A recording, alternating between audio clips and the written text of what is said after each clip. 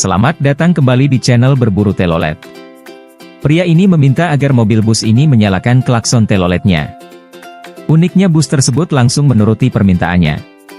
Tak disangka video tersebut viral dan mendapatkan 50 juta views dan ribuan komentar berkat aksi pria ini. Seperti apakah video lengkapnya? Langsung aja berikut ini videonya. Jeans Panda Tunggal Jaya, kita coba kode FYP. Kode.